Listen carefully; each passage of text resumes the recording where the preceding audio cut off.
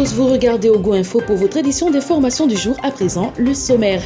En visite diplomatique en Guinée-Bissau, le président de la République, chef de l'État, Brice Clotaire Oligui Nguema, a été reçu ce jeudi 16 novembre par son homologue Umaru Sissoco Embalo. Nous le verrons dans ce journal. Le Comité pour la transition et la restauration des institutions a annoncé le 15 novembre dernier par communiqué 028 la mise en solde de 1000 postes budgétaires au compte du personnel de la santé. Les détails tout de suite dans ce journal. Enfin, aujourd'hui, les Panthères du Gabon affronteront les Harambee Stars du Kenya au stade de Franceville. Quel engouement pour cette population qui accueille cette rencontre. Les réponses tout de suite dans ce journal. Voilà, c'était tout pour le sommaire. Bon confort d'écoute. Nous l'annoncions au titre, le chef de l'État, Brice Clotaire Oligui Nguema, a effectué le 15 novembre 2023 un voyage diplomatique en Guinée-Bissau où il était attendu par son homologue, son Excellence Umaru Sissoco Embalo. Invité par ce dernier, le numéro 1 gabonais prendra part au cinquantenaire de ce pays ami du Gabon, accueilli avec tous les honneurs par son homologue président de la Guinée-Bissau, venu avec sa délégation. Le président gabonais s'est senti honoré de l'accueil, mais également de cette invitation.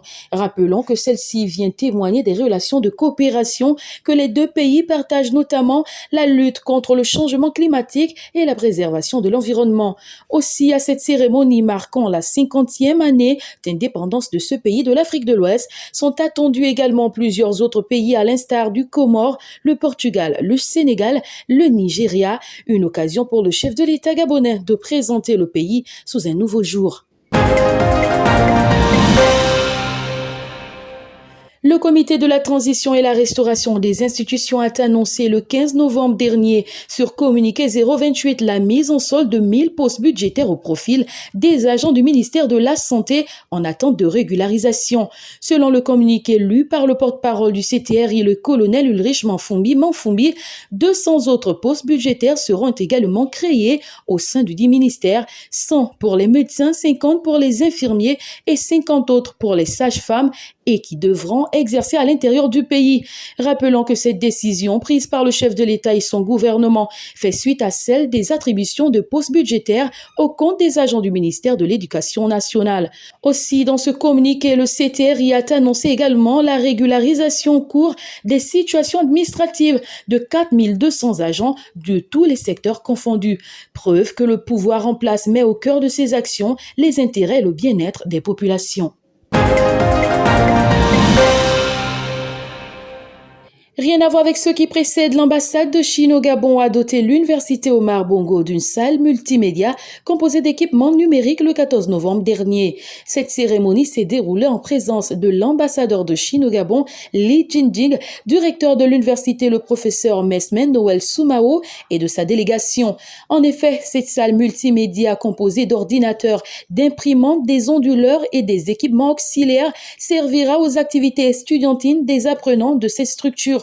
Pour l'ambassadeur de la Chine, une éducation forte est un pays fort, un geste amical qui renforce le partenariat stratégique de la coopération sino-gabonaise.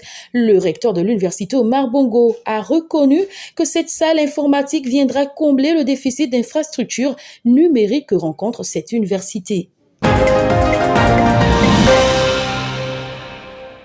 Ce jeudi 16 novembre, les Panthères du Gabon affronteront au stade de Franceville les Harambee Stars du Kenya pour le compte des éliminatoires de la Coupe du Monde 2026. Cette rencontre opposant la sélection nationale du Gabon à celle du Kenya ne suscite malheureusement pas assez d'engouement de la part des populations à quelques heures du coup d'envoi du match dans le chef-lieu de la province du Haut-Ogooué au sud-est du Gabon. Disons que la communication autour de cette rencontre en est l'une des causes selon les autochtones de la province. Les Panthères du Gabon préparent cette rencontre après son match nul face à la Guinée, un match amical international qui s'est terminé sur le score de 1-1. Disons que ces derniers temps, le Gabon a rarement disputé une rencontre sans concéder de but. L'équipe a de quoi s'inquiéter étant donné que celle-ci n'a pas défendu efficacement lors de ses 5 sur 6 confrontations précédentes, laissant passer 7 buts durant ces intervalles. Toutefois, il reste à découvrir si la même tendance continuera durant cette rencontre prévue pour aujourd'hui. À cet effet, l'on souhaite une bonne chance aux Panthères du Gabon.